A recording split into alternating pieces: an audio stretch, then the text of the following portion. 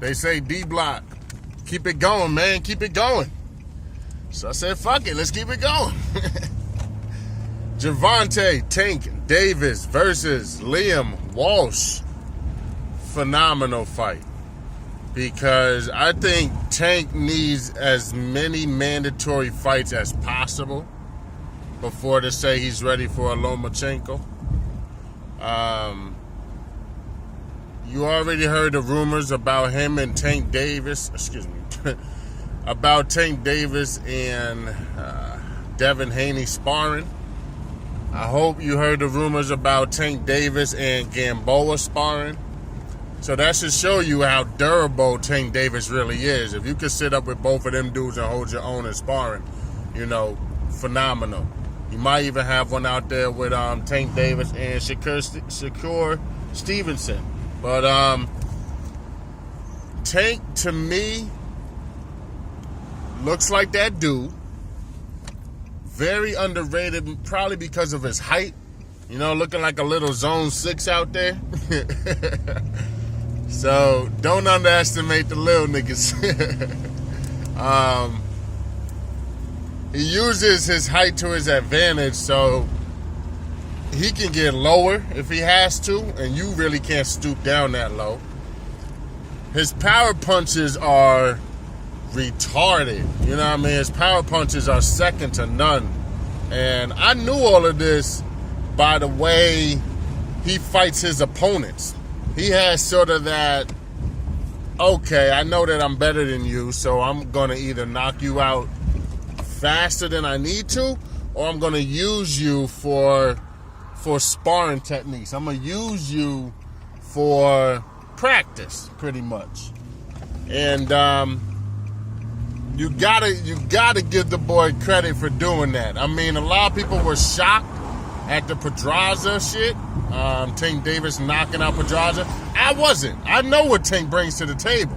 Those dudes I just mentioned, Devin Haney, Lomachenko, Gamboa, those are the type of dudes who could really sit with Tank. Other than that, Tank beats these guys.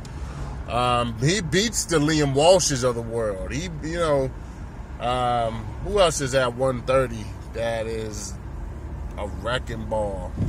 I mean, we're waiting for, what's the boy's name? Gary Russell to come up. I would love to see Gary Russell come up.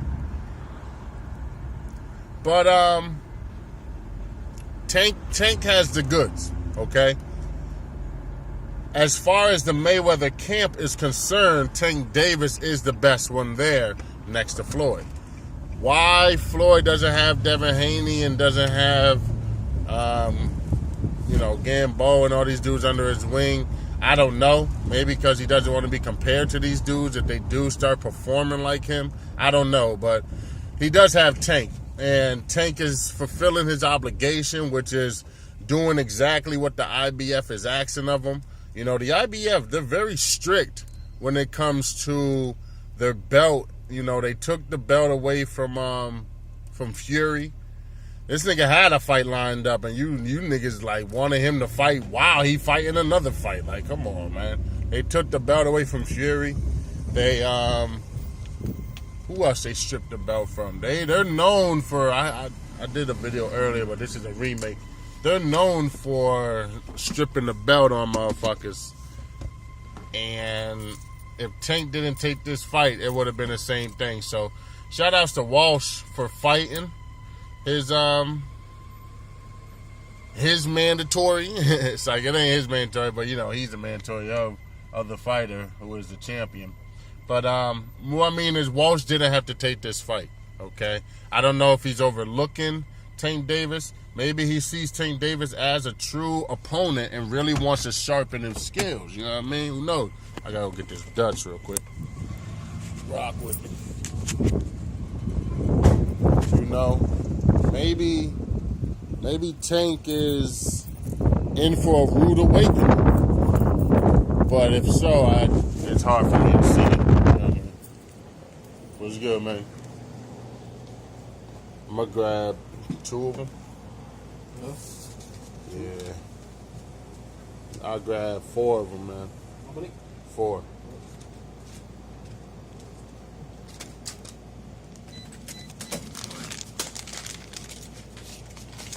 gotta come out later, you know. Thirsty, I know that much. Thanks, sir. Yeah.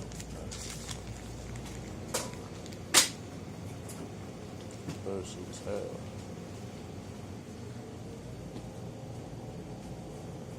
Got a cranberry over here.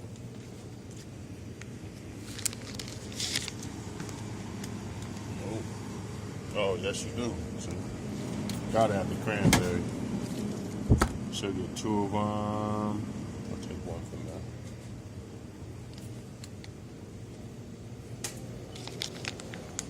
We'll grab a cranberry, man. How you go?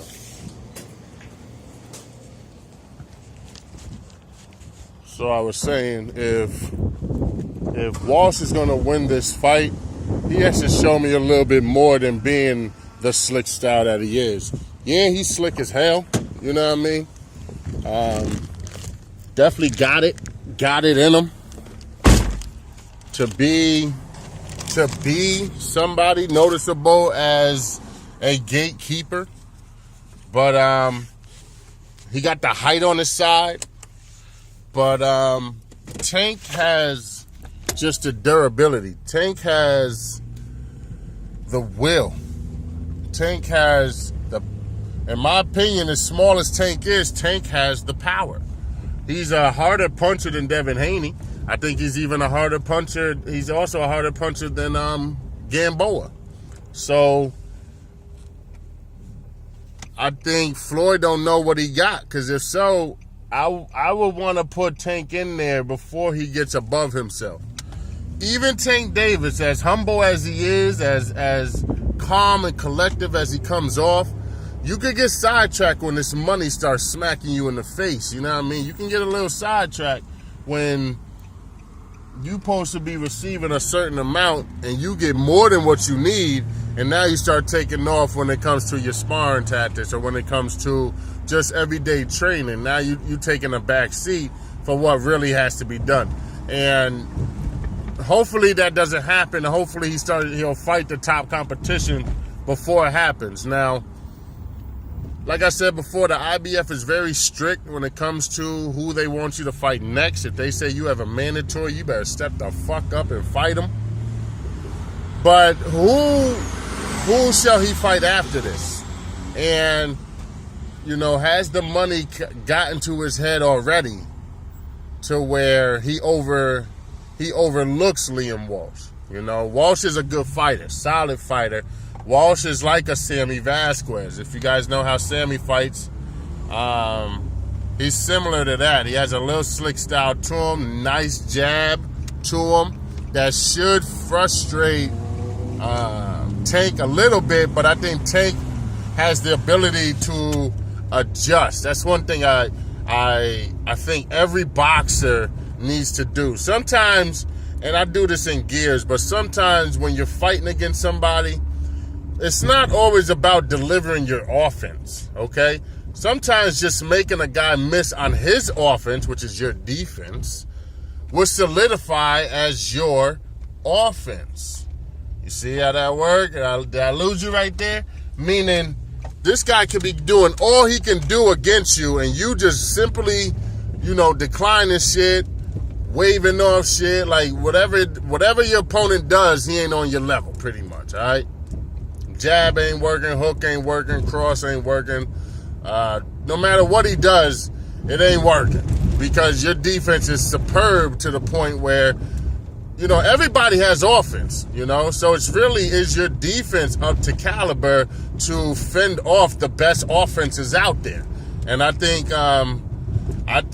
Tank's defense is a little suspect, but I think he will, just like Pedraza, he will let Liam Walsh get off, and then he'll realize Liam Walsh doesn't hit that hard. And then I think he'll start chasing Walsh around the ring. Walsh can fight on the back foot, but, you know, like I said, Tank is the all-around package. Tank can shut off the ring. Tank he cuts off the ring in beautiful fashion. His jab is like a power punch, you know. it's funny how Tank went after Broner and didn't say anything to Floyd. Meaning, nigga, I'll box Floyd if it came to it. You know what I mean? Like, just really putting it out there, I'll fight anybody. You see what I'm saying? So, I think you would. I think Tank will fight, but Tank is also...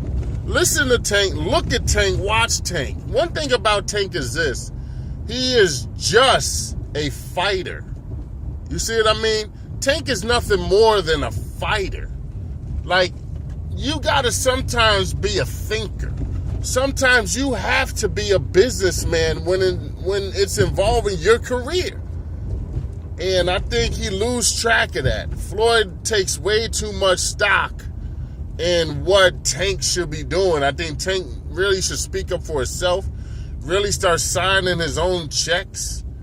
You know what I mean? I know it sounds crazy, but I think Tank needs to take a little bit more hold of his career and stop letting Floyd dictate every single thing that he has to do. When they asked Floyd, when they asked Floyd, will Tank be fighting Lomachenko?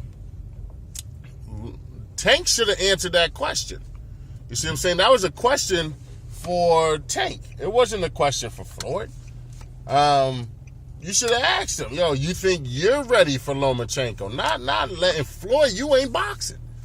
You know what I mean? So, I want Tank to take more control of his career.